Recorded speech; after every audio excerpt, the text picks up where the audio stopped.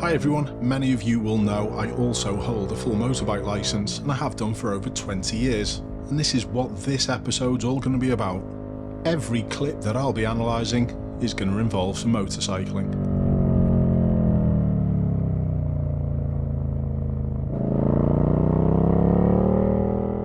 This rider was a little fast, but they were still able to sort out the poor overtake of the cyclists.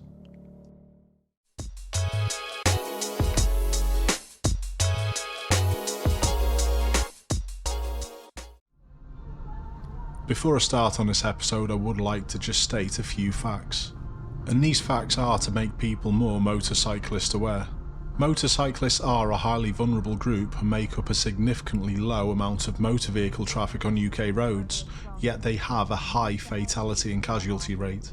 For example, motorcycles make up less than 1% of total vehicle traffic, but they account for 20% of road deaths. Motorcyclists travel less distance on UK roads, yet have over 50% more fatal accidents than pedal cyclists. Now we can't see exactly what goes on up ahead, but it's obviously a bad incident and it's involving one of the motorcyclists that's probably just overtaken.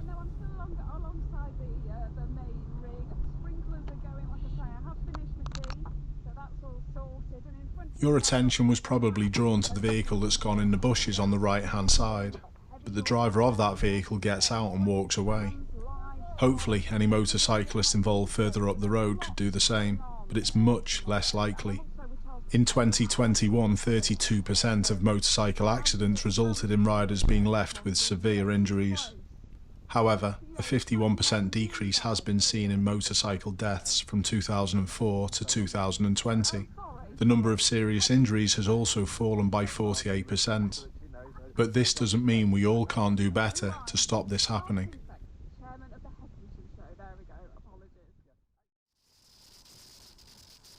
So, after including all those stats in the first clip about safety, it's quite ironic that the second clip that we're going to look at includes a rider from the DVSA. The road my viewer is riding on is a national speed limit road, and my viewer is at or around that 60 limit. But quite shortly, they're overtaken. An overtake, if done safely on its own merits, is never a problem, especially if you're on a motorbike. But looking at my viewer's speed and the rate of travel from the overtaker, I don't think that this rider is within the speed limit. But how do I know that this rider is from the DVSA? Well, I recognise the livery on the bikes, and also I think I can just about make out the DVSA logo on the back box, which looks like this. But it's not this overtake that's the worst part about this whole clip. It's the next one a little touch further up the road. Any overtake should be safe, legal and worth it, and I don't think that these three factors can be applied to this next manoeuvre. Over the next portion of this clip, keep an eye on my viewer's speed because it will give you an idea of the speed of the DVSA rider also. There's a good position taken up to get best view of the junction on the left, but then they close in quite quickly on the blue van that they are going to overtake. There is a good view of the road ahead, but the traffic in front of the DVSA rider is bunching. But they still go for it. But soon after, they're straight on the brakes. The oncoming white car definitely had to take avoiding action. And the best thing I can come up with to summarise this clip is, well, DVSA, do as I say, not as I do. Do you think this next rider got confused with the road markings? It says 2 lanes head round to the left. Now I know they do turn left, but they obviously get it wrong. It does look like a little bit of a last moment turn, and especially because they go onto the wrong side of the road. Jesus f***ing Christ! Maybe a fair bit of inexperience with that clip. Let me know what you think. Whenever I mention this topic on a channel, it always gets loads of people saying pedestrian priority doesn't apply at roundabouts. Well, it does. If a pedestrian wishes to cross at the entrance or an exit to a roundabout, if you can stop and give way to them, you should.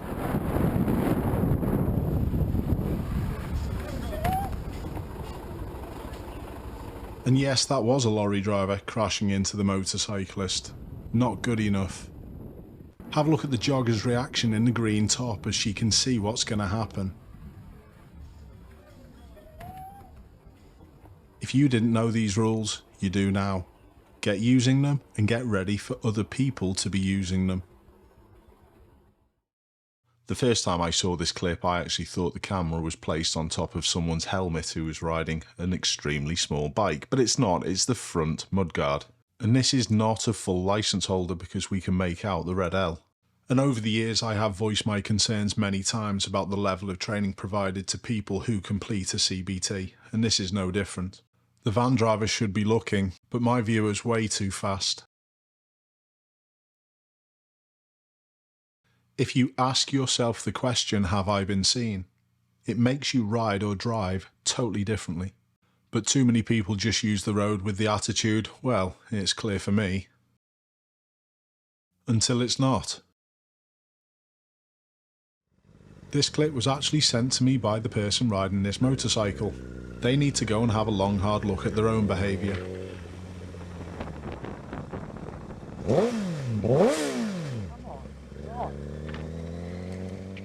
That's some terribly impatient behaviour from what looks to be a very inexperienced rider. And just a quick message to finish about anyone supervising a learner driver. Even holding a mobile phone is now illegal. Don't do it. The motorcyclist we're watching in this clip is the one that's just pulled up to the right. They seem to be enjoying some music that's maybe playing in the surroundings, and then they accelerate off really quickly.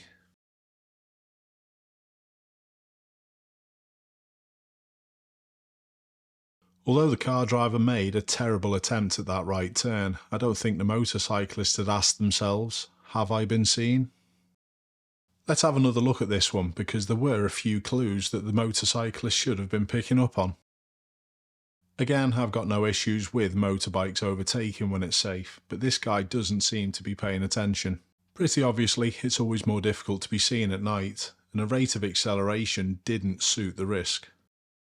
Putting yourself in a position where you might not have been seen and expecting all other road users to look after you is suicidal. But even at this point, there's already been some movement from the car that's behind the black one that's blocking the path. And although tinted windows may obstruct your view, you can always see the reflection of the lights against the road surface. But both road users continue with their risky manoeuvres because it looked clear for them. And unfortunately, they end up meeting in the middle. It was actually nearly a good save from the motorcyclist. They pulled the brakes that hard they ended up going on the front wheel. But unfortunately, they end up sitting on the bonnet. Now, I'm pretty sure that the car driver took most of the responsibility for this accident because at the end of the day they were crossing traffic. But are you good enough when you're on two wheels to spot and save things like this? Again, another good job by one of my viewers, parking in to, I suspect, offer the footage. Nice work. In this final clip, we've got another novice rider. They do a brilliant job towards the end of the clip, but there is something that I'd just like to talk about first. The road that we've just entered is a 30 miles an hour zone. You can see the 20s in the side streets on either side. But have a quick look at my viewer's speed. It's climbing. That's 40 miles an hour. And you'll see quite shortly my viewer is displaying L plates. Why do people think that the rules don't apply as soon as they get on their own? So this rider is work in progress, like we all are, but they do show a lovely attitude in what they're about to do.